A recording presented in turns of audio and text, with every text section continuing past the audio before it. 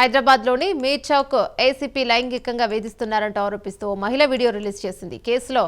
Case విషయంలో స్టేషన్కు వెళ్లిన తనతో ఏసీపీ అసభ్యంగా మాట్లాడుతున్నారని బాధితురాలు తెలిపింది. ఒంటరిగా రావాలని, తనతో గడపాలని ఫోన్ చేసి వేధిస్తున్నారని బాధితురాలు వీడియోలో తెలిపింది. అధికారులు స్పందించి తగిన చర్యలను తీసుకోవాలని మహిళ కోరుతోంది. నమస్తే అండి. నా పేరు మల్లేశ్వరి. 6 నెలల నుంచి నాకు మీర్చౌక్ పీఎస్ సతాయిస్తారు సార్. మీర్చౌక్ పీఎస్ నుంచి ఎస్సీ వాళ్ళు కూడా ఏసీపీ దగ్గర కూడా సతాయిపోతే ఇవాళ రావా రేపు రా అంటున్నారు. ఏది యాక్షన్ తీసుకోవట్లేదు. చార్జ్ షీట్ ఇది ఫోన్ చేస్తే ఇవాళ లేదమ్మా రేపు వేసేస్తున్నా అంటున్నాడు. రేపు వేయలేదు. ఇట్లే 4 నెలల నుంచి నాకు సతాయిస్తారు సార్. నాకు 6 నెలల నుంచి. ఏసీపీ సార్ అయితే 3 నెలలు సతాయిస్తున్నారు.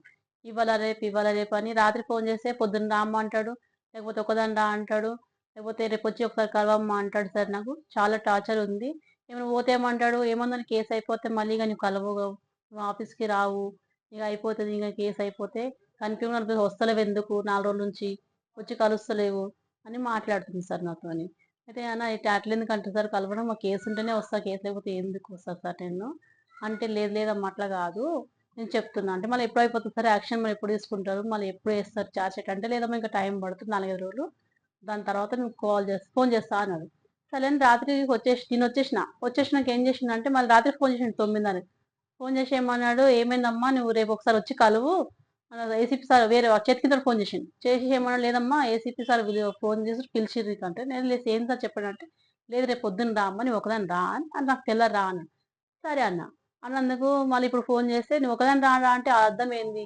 అర్థమైతలేదు. ఏమన్నా అంటే ఇప్పుడు ఏదో బోకర్ కేసులా దేంట్లోనో బుక్ చేస్తా అని మాట్లాడుతున్నాడు. మరి ఇప్పుడు దీనికి సొల్యూషన్ ఏదైనా కూడా చెప్పండి సార్. నాకు ఏసీపీ ఫోన్ చేసింది సార్. ఫోన్ చేస్తే నేను పోయినా.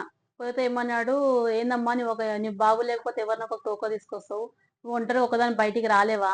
వచ్చి ఒకదాన్ని కలవలేవా ఏసీపీకి ఆఫీస్‌కి అని మాట్లాడాను సార్. నేను అట్లా ఇట్లా అంటా సార్ మళ్ళా నేను ఒక్కదాన్ని కదా! నైట్‌లో వస్తున్నా కాబట్టి నువ్వు రావాలి కదా! ఎవరో ఒకరిని తీసుకొని రావస్తే ఎట్లా? నాకు కొత్తగా నేను ఎప్పుడు రాలే కదా ఆఫీస్‌కంటే, లేదమ్మా లేకపోతే మీ అబ్బాయిని తీసుకొస్తావా? లేకపోతే ఎవరైనా పిచ్చోళ్ళలాగా లూజ్ కలెక్షన్‌లను తీసుకొని వస్తావేందమ్మా నువ్వు అంటే, లేదు సార్ ఒంటరిగా రా అంటే, ఎందుకు రాలేదు సార్ నేను రాను అని మీ మాట అన్నా సార్. అయితే లేదు అట్లా కాదు సార్ తప్పుగా మాట్లాడమొద్దు. అంటే కేసు గురించి మళ్ళీ ఇప్పుడు ఏం చేయాలమ్మా అని అడిగిండు నాకు. అయితే నేనన్నా కేసు గురించి ఏం చేయాలంటే నాకేం తెలుసు సార్ మీకే తెలవాలి ఏసీపీ కదా! మీకే తెలవాలి కేసు గురించి అని మాట్లాడినా సార్. మాట్లాడి సరే అని వదిలేసిన సార్. ఇంకేం అనలేదు సార్. మీకు జస్ట్ నాకు తెలవదు సార్ అని చెప్పేసి వచ్చేసిన సార్.